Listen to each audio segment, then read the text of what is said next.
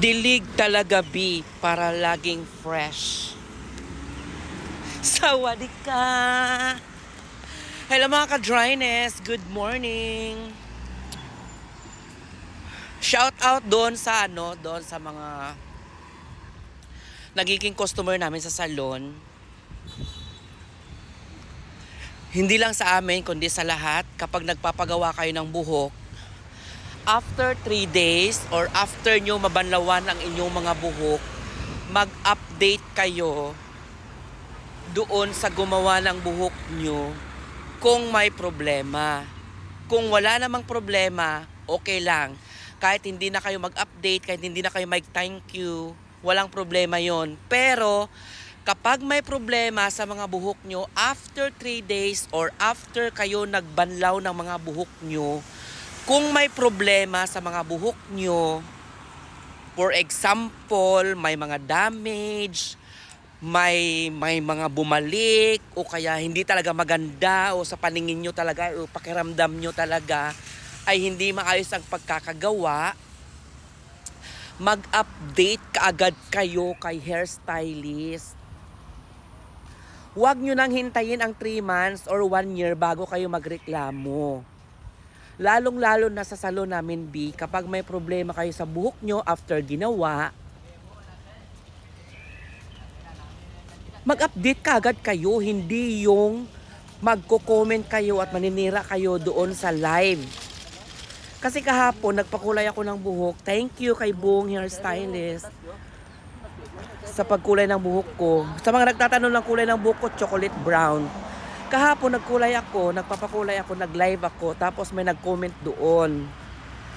Ang sabi niya, hindi daw maganda pagkagawa ng buhok niya. So, ang sabi ko, dapat pumunta siya sa salon. So, in-stock ko yung in-stock ko yung account niya. B, October pa, last week of October pa siya pumunta sa salon. At tiniktrol ko, naalala ko yung buhok niya as in ngarag, dry na bleach.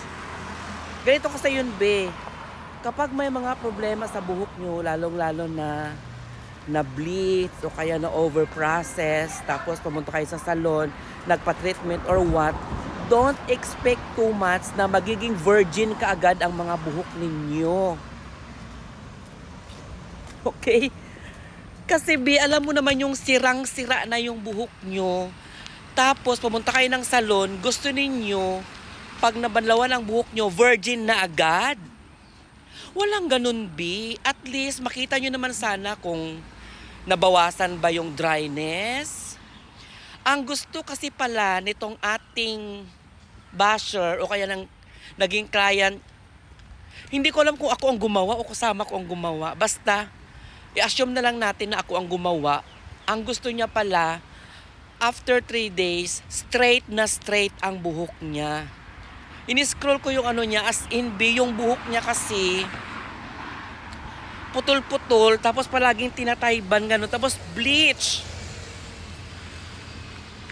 Ang matatandaan ko doon, parang soft reband lang siya ang ginawa, tapos doon sa mga bleach area, treatment na lang talaga ang ginawa doon. Treatment lang talaga siya. So pag banlaw mo talaga ng buhok mo, may something talaga yan siya na hindi talaga super straight, na bagsak na parang parang wig na bagong-bagong buhok ng munyeka. Tapos so kinonfront ko siya kung ano nangyari sa buhok niya through chats. Nag-chats ako dito sa TikTok. Tapos ngayong umaga, nag-gym ako, doon na siya. Sinumpa niya na ako, B. Makakarma daw kami sa ginawa namin sa buhok niya. Kasi nagbayad daw siya ng 180, 170 para gumanda yung buhok niya. Ba't mo naman talaga i-curse ako, B? Bakit mo naman ako isinumpa kaagad?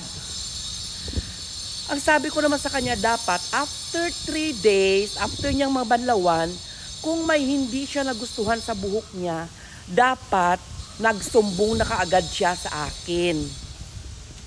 Di ba dapat ganun? Kung may problema, dapat Nag-update kagad siya na, B, yung buhok ko hindi naman maganda.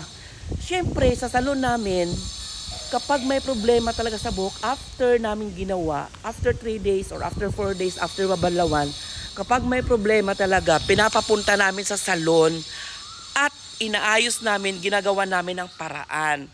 Alam yan na mga, kasi ang iniisip niya kasi, B, sinadya namin na durugin yung buhok niya. Pero actually, siya ang dumurog sa buhok niya. Siya ang gumawa ng ganun sa buhok niya kung bakit nangarag. Kasi pinablitz-blitz niya yung buhok niya.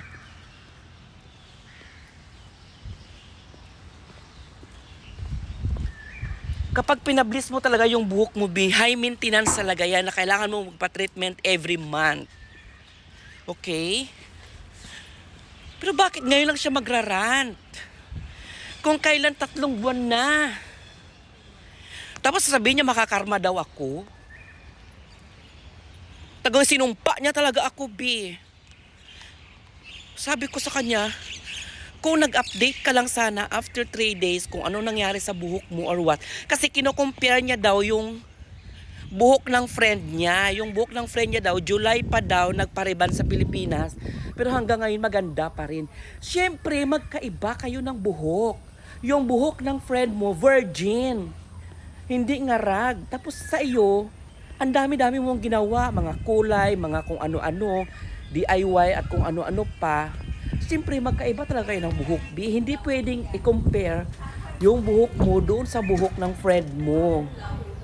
Kasi magkaiba kayo ng lifestyle. Hindi niya pinapakialaman yung buhok niya. Ikaw, pinapakialaman mo. Pinablitz-blitz mo yan. Ngayon, kami naman sa salon, ginagawa namin ang paraan sa abot ng aming makakaya para at least mabuhay ang mga buhok. Lalo-lalo na kung super damage. Ginagawa namin ang paraan. Sa kanya kasi, nung nabanlawan niya daw, hindi daw super straight. Gusto niya straight na straight talaga. Ay, naku. Talagang hindi ako pumapatol sa ganitong mga ano kasi gusto ko ano lang talaga. Pero yung ang ganda-ganda ng live ko tapos doon ka nagrarant sa live. Tapos ngayon ngangawaan mo ako sa chat. Siyempre, may beer na talaga ako, Day, pero inintindi ko naman siya.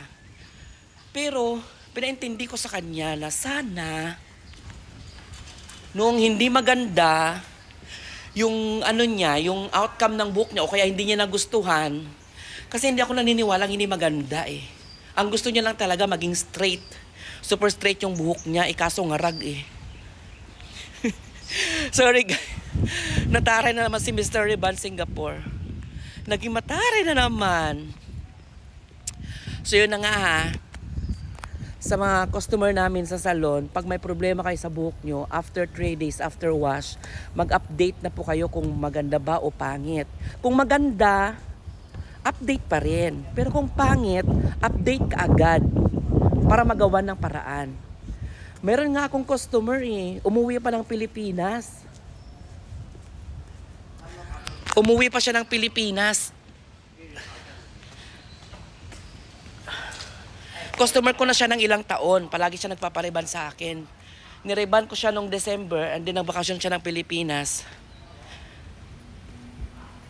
Tapos may something daw doon sa buhok niya. Siyempre, hindi man namin yung sinasadya, Day.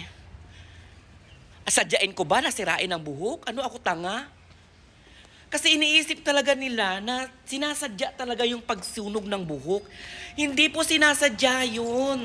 Growing up, Ito naman yung ano, ang iniisip niya kasi sinadya na sirain yung buhok niya. So by the way, ang ginawa ko doon sa customer ko na umuwi ng Pilipinas, pagbalik niya ng Singapore, inayos ko yung buhok niya. So far okay naman, wala namang problema, hindi naman siya nagngangawa-ngawa. Kaya pag may problema kayo sa buhok nyo, update ka agad. Oh, shout out. Ang ganda ng ilong ko, no? Char. Ay, Diyos ko. Imbiyer ng aga-aga. So, wali ka. Thank you for watching.